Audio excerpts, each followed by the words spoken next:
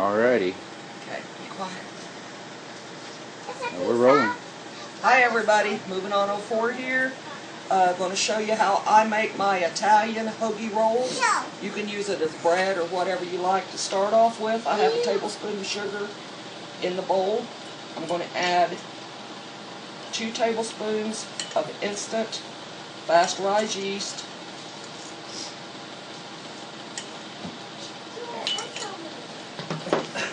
And half a cup of warm water. Not microwave. No, not microwave water. It'll kill your yeast. And it's warm water, about the temperature of bath water. Stir it up and let it start proofing. Even though it's instant, I like to proof mine. Here in this bowl, I have 2 tablespoons of sugar. I'm going to add approximately a tablespoon of salt. About a teaspoon to a teaspoon and a half of onion powder.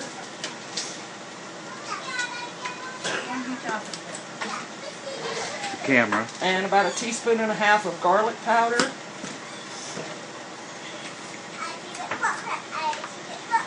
And approximately a heaping tablespoon of just your generic Italian seasoning mix. Okay, that's the excess ingredients. Pause. Okay, here I have half a cup of canola oil.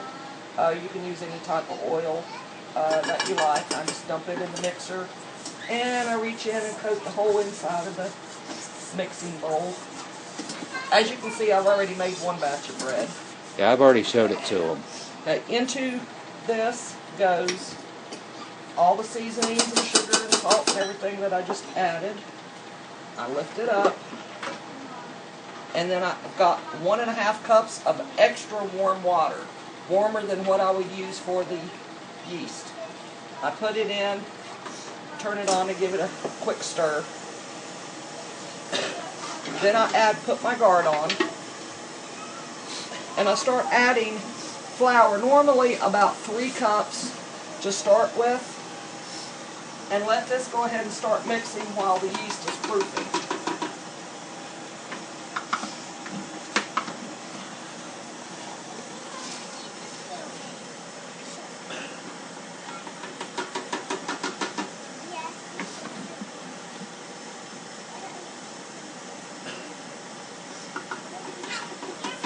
And I just let this sit here and continue to mix until, for about 6 to 8 minutes, give or take a minute or 2, for my yeast to proof. We'll be back when I get ready to add the yeast.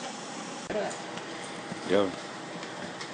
Okay, I'm putting in my yeast. It all rose up nice and bubbly and everything.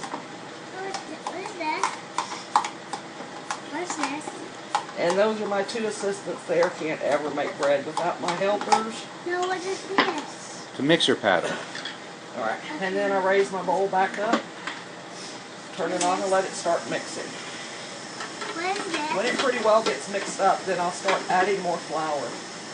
My flour is this? I want to help. I can't really give you a direct measurement. A lot of it depends on your altitude, the temperature, what type of heat you have, if it's warm inside, if it's dry inside. But somewhere usually around 4 to 6 cups to make a... Just a minute, honey. Almost dry, but still a tiny bit sticky dough. I'm not going to watch it. Okay, this is pretty Keep well your hands away mixed from it. in the mixer. Come on. So now I'll start adding flour 1 cup at a time.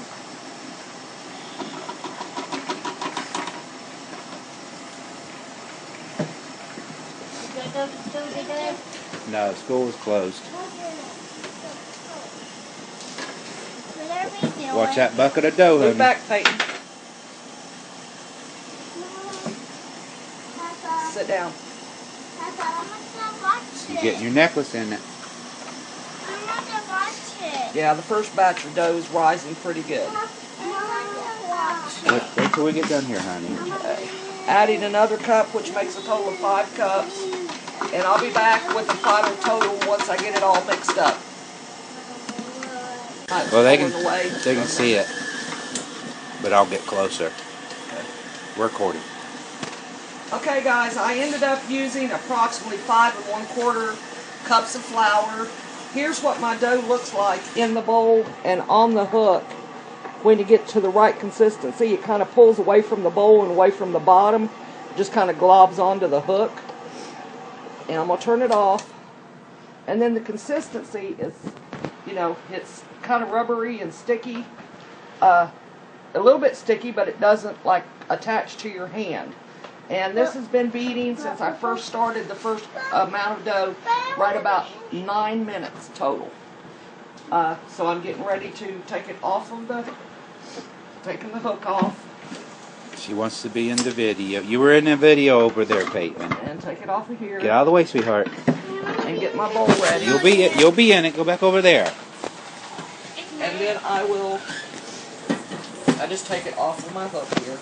Like I said, I'll leave my dough just a little bit sticky, but that's okay because it takes care of itself as it sits and rests. Hi, Miss Teresa. Okay, and then there we go. Then I just take it out of the bowl. I don't do any extra kneading or anything like that. Plop it in the bowl that I have greased. Turn it over a time or two, roll it around. Then I just kind of knead it and stretch it underneath into a halfway decent type ball.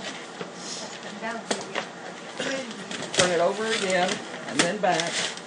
Kind of pat it out a little bit. And then that's that. Let me get my parchment paper. I'll be right back. Hey, Ed. Since she was able to find the flour bowl, can't keep her out of it. Same way with the sugar bowl. Okay.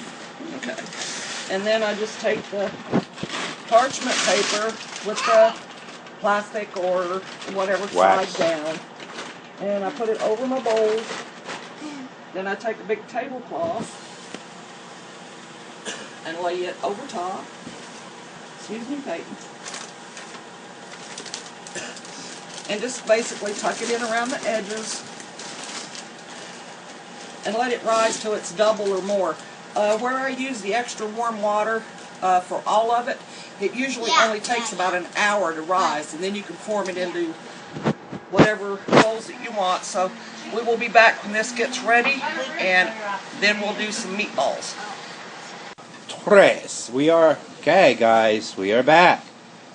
Okay, punch the bread down. Me and my little assistants are going to show you how we make our hoagie buns. Put the knife down, Morgan. Mash it down there, punch it down. Mash.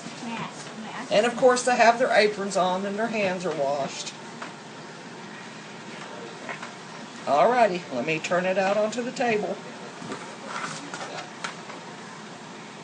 There is our bread. It's mashed. Yeah, and then we just kind of mash it around a little bit. Throw it around. We don't use any flour on it, but this is how I do my bread. I kind of make it into a pretty much even rectangular shape, and then I just cut it in basically equal portions. Wait, Morgan. Wait a minute, I'll give you your chunk. Wait till I'm all ready.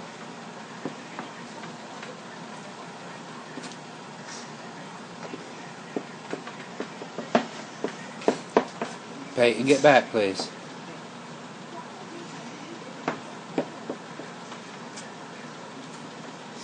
And of course my girls, they have to do their own rolls.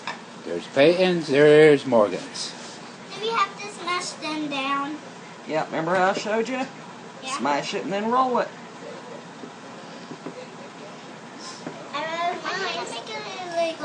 Long, okay? Yep, kind of like a hot dog bun. Wait a minute, that's too long. I'm just gonna do it this way. Yeah, we don't worry about it being all perfect or anything, you know. This is just home, and it's going to be eaten here in just a little bit. The dough rose, I don't know, maybe about an hour and 15 minutes or so. Where I use the extra warm water, it makes it rise much faster. Normally about 3 hours from beginning to coming out of the oven. Morgan's making rolls, not buns. Morgan, we're making hot dog buns, remember? See? Yes. You do this. And then make a long and pieces. So when we get these here, well, let me show you me making one. And I just basically flatten it out. Watch Mama, get it about Morgan. the length that I want. Then I roll it up. Pinch the ends over. And lay it on the sheet to rise. There. Look, I show you. Okay, we will be back when we get them on the pan. Okay. Okay, I just got a pot, about half of a kettle of water on to boil. The oven is heated up. I've got the baby's pan of bread in the oven. Here's this here. It's risen. It's been an hour and 15 minutes on the second rise. It's ready to go in the oven. Okay, and here's my meatloaf mix. And what's in here is 2.5 pounds of hamburger. You can use ground chuck, whatever kind you like. 2 eggs, 2 teaspoons of salt, 1 teaspoon of garlic powder, and a 1/4 cup of Parmesan cheese, and 1 full cup of cream of wheat or farina. This is what I use on my meatballs. If you want to use breadcrumbs or oats or anything like that, you can substitute them. The finer ground they are, the better your meatballs turn out. Don't have any onion powder, any other spices or anything in it. I'll get this mixed up. I'm going to roll them out into about quarter-size balls. And I'll be back when we got them done, and I'll show you how I cook them.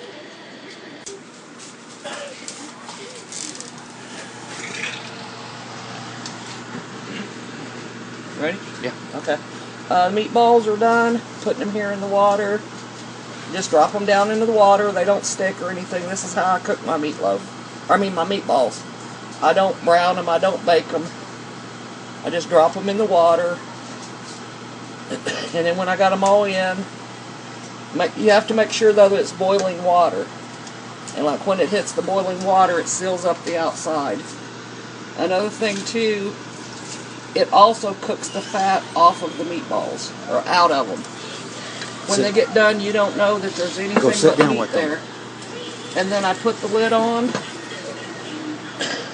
and just let them sit there and boil for about 15 minutes. The baby's bread is just coming out of the oven right here, and 2 pans here are going in. Oven's at 350 degrees. Take about 12 minutes for them to bake. We'll be back when it's time to take care of drain the meatballs and put the sauce on, put them in, and pull the bread out. Okay. Okay, the meatballs got done. We have 2 grumpy little girls, so we didn't get to record what we wanted to. But we just drained the water off of them, and I emptied 2 cans of pre-made, pre-made Spaghetti sauce. Spaghetti sauce, you know, any kind of brand that you like. The bread is done, and we're having Cheetos and or Fritos with the dinner. And what I do is I take the bun and I cut a wedge out in the top and put the meatballs in it, put mozzarella cheese on it.